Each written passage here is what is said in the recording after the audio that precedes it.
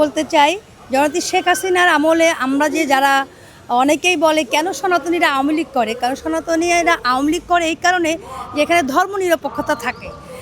আর এই যে ফারাবি এখন বর্তমানে যে আমাদের মা কালীকে নিয়ে যে কুরুচিপূর্ণ মন্তব্য দিয়েছেন, আমি আসলে এটা তীব্র নিন্দা এবং প্রতিবাদ জানাই। আর এই কারণেই বলতেছি যে বাংলাদেশ ধর্মনিরপেক্ষ দেশ একটি, এটা কিন্তু জননেত্রী শেখ হাসিনার আমলে ছিল। ইউনূস এমনভাবে দেশটাকে দাঙ্গার মধ্যে ফেলে দিয়েছে, সরাসরি দাঙ্গা না হলেও সেই দাঙ্গা কিন্তু এখনও চলছে। কারণ আমি যদি আপনার কোরআন শরীফ নিয়ে বাজে কথা বলি, আমার পরিবার সহ, আমার গোষ্ঠী সহ, আমার সকল সনাতনী মারা যাবে।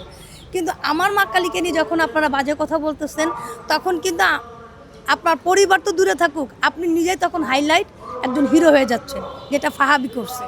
ফারাবি সে আমার মা কালী সম্পর্কে এত নোংরা কথা বলার পরেও একটা ধর্মনিরপেক্ষ দেশ থেকেও কিন্তু এখানে আমরা কিছুই করতে পারতেছি না।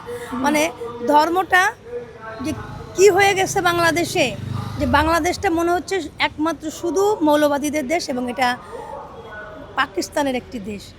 পাকিস্তান না বললেও তার টোটাল কার্যক্রম, তার টোটাল স্ট্রাকচারটা কিন্তু পাকিস্তানি চলতেছে। তা এইটা আসলে হওয়া উচিত না। কারণ জাতির পিতা বঙ্গবন্ধু শেখ মুজিবুর রহমান যখন পূর্ব পাকিস্তান থেকে যখন বাংলাদেশের একটি জন্ম দিয়েছেন, তখনই কিন্তু এটা ধর্মনিরপেক্ষ দেশ হয়ে গেছে। এবং এই দেশটাই কিন্তু শুধুমাত্র Bangali, not Hindu, not Muslim, not Christian, not বৌদ্ধ, শুধুমাত্র বাঙালি থাকবে। তাই বাঙালি থাকার কারণেই কিন্তু আমরা দীর্ঘ 17 বছর স্বর্ণযুগের মাধ্যমেই আমরা আমাদের এই দেশে বসবাস করতে পেরেছিলাম। কেন বললাম স্বর্ণযুগ? জননেত্রী শেখ হাসিনার শাসন আমলটা স্বর্ণযুগ ছিল, যে আমরা যেরকম আমাদের কৃষ্টি কালচারগুলো আনন্দের সাথে পালন করতে পেরেছি, ঠিক সেরকমই মুসলমানরাও তাদের কৃষ্টি কালচারগুলো পালন করতে পেরেছিল। ধর্ম যার যার ছিল, কিন্তু রাষ্ট্র সকলেরই ছিল। আর এখন কি হয়েছে? এখন এমন হয়েছে যে হিন্দুদের মারলে, হিন্দু ধর্ম সম্পর্কে বাজে কথা বললে মনে হইতেছে সে টিকে থাকতে পারতেছে। এই যে ফারাবি আমাদের মা কালী সম্পর্কে এত বড় একটা নোংরা কথা বলল, এত বড় নোংরা একটা কথা বলল ফারাবি, এমন কটূক্তি ব্যাপার করলো সে। তো এইটাকে কোনো রকমভাবে তারে কোনো আইনের আওতায় আনা হলো না। অথচ যদি কোনো রকম জীবন্ত পুরানো হয়েছে, শুধু কয়েকজন মুসলমান স্লোগান দিছে মৌলবাদীরা, কি যে এই দীপু নবীজি সম্পর্কে বাজে কথা বলছে। এই বলতে সে আদৌ বলছে কি না, এর কোনো প্রুফ না দেখে তাকে কি করলো সাধারণ মানুষ, সাধারণ মৌলবাদীরা কি করলো, জীবন্ত পুরাই দিল।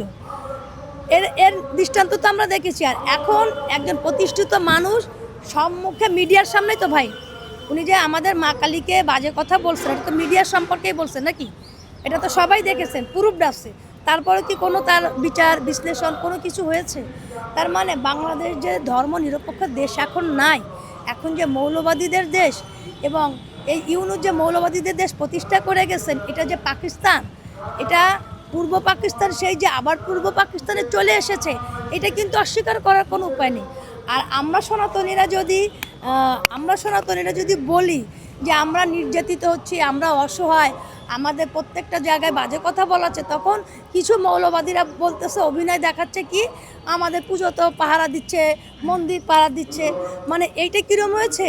জুতো মেরে গরুদান।